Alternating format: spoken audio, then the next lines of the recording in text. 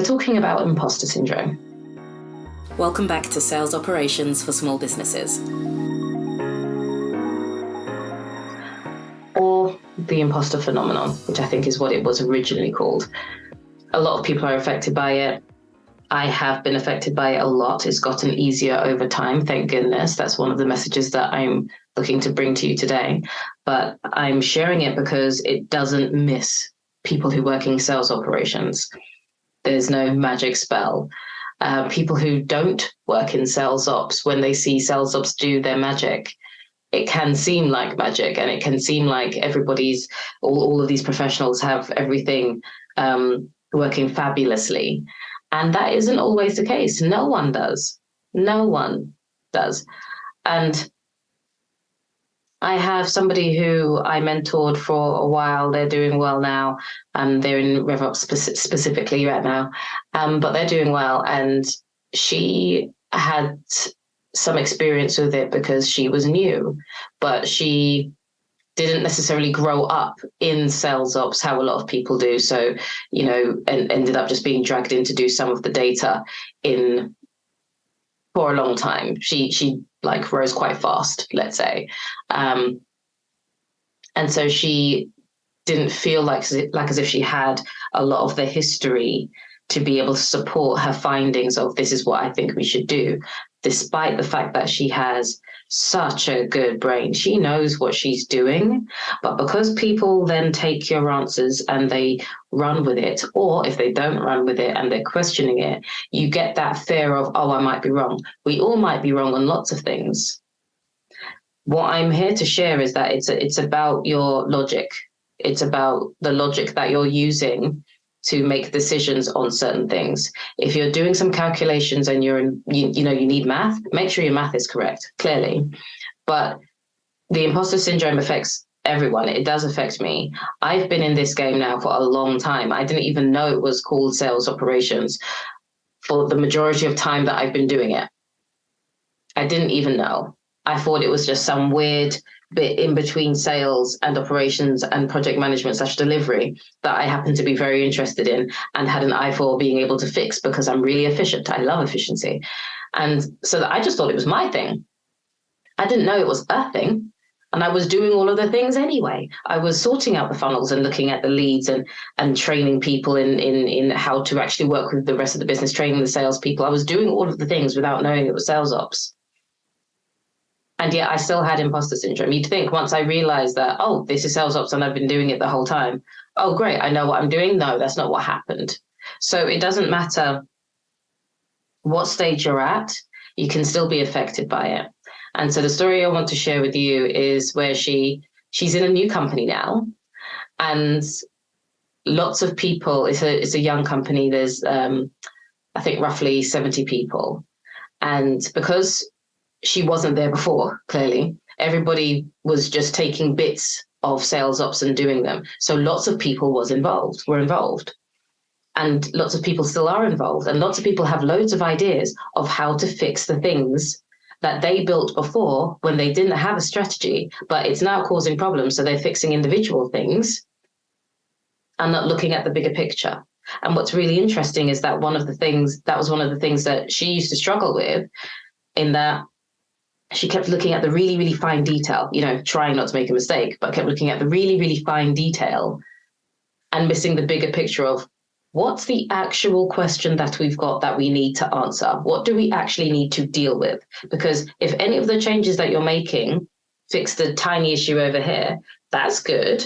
But if it doesn't push the whole thing forward, then why are we doing it? And that doesn't mean that you don't fix teeny tiny things, because things can have knock-on effects. But in a lot of cases, because companies, we end up building things in a very piecemeal kind of way. We tack onto bits and pieces, something that doesn't really fit here, just to make things work, particularly in this situation. And then over time, you end up with this amalgamation of something that doesn't really look like any one particular shape.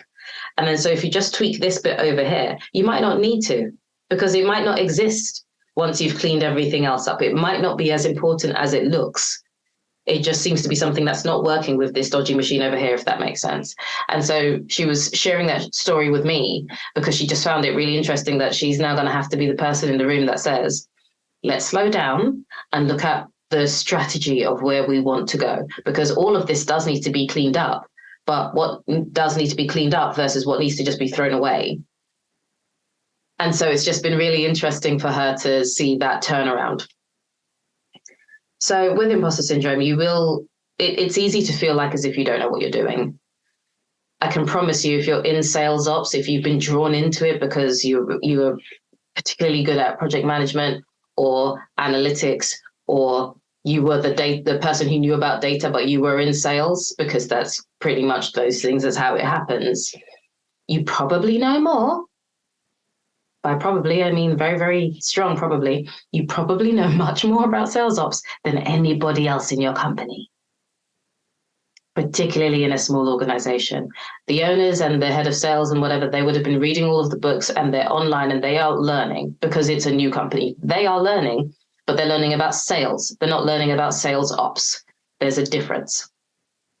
Sales is, when people are learning about sales, that's learning about selling. Sales ops is about reducing friction to increase sales. And you reduce friction by getting the customers in the door, making sure the salespeople know how to deal with them and know how to deal with themselves and what's expected of them, and then what's expected of them for the rest of the business. How does the sales team interact with the rest of the business? We reduce friction to increase sales. We get the sales training for the salespeople because we're reducing that friction so that it's easier for them to sell. That's everything.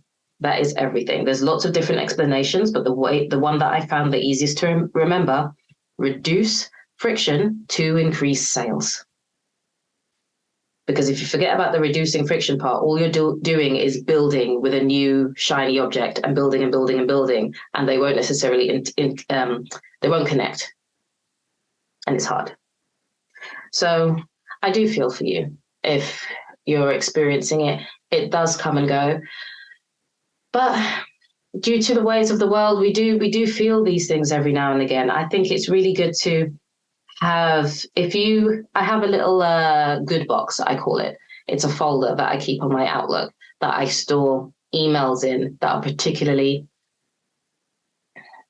complimentary about my works. And sometimes when you're just feeling imposter syndrome, it's not about the specific task, it's just general. A lot of times you're probably just feeling down anyway, and the downness has chosen your work to display itself. That's what it usually is, because all the rest of the time you're kicking bum all day long, and it works. So I hope that's helped. If you have any questions, let me know. I believe if you're having that as well, you'd probably benefit from looking at the sales operations role model. You can get that at salesopseffect.com/library, or just go to it and go to library. It's right there. And that shows you all of the different activities that you can expect to do inside sales operations in a small business. You may not do all of them, but it's a really helpful starter guide for you to be able to sort of map yourself to, and that should help as well. So thank you for watching or listening, and I will talk with you next time.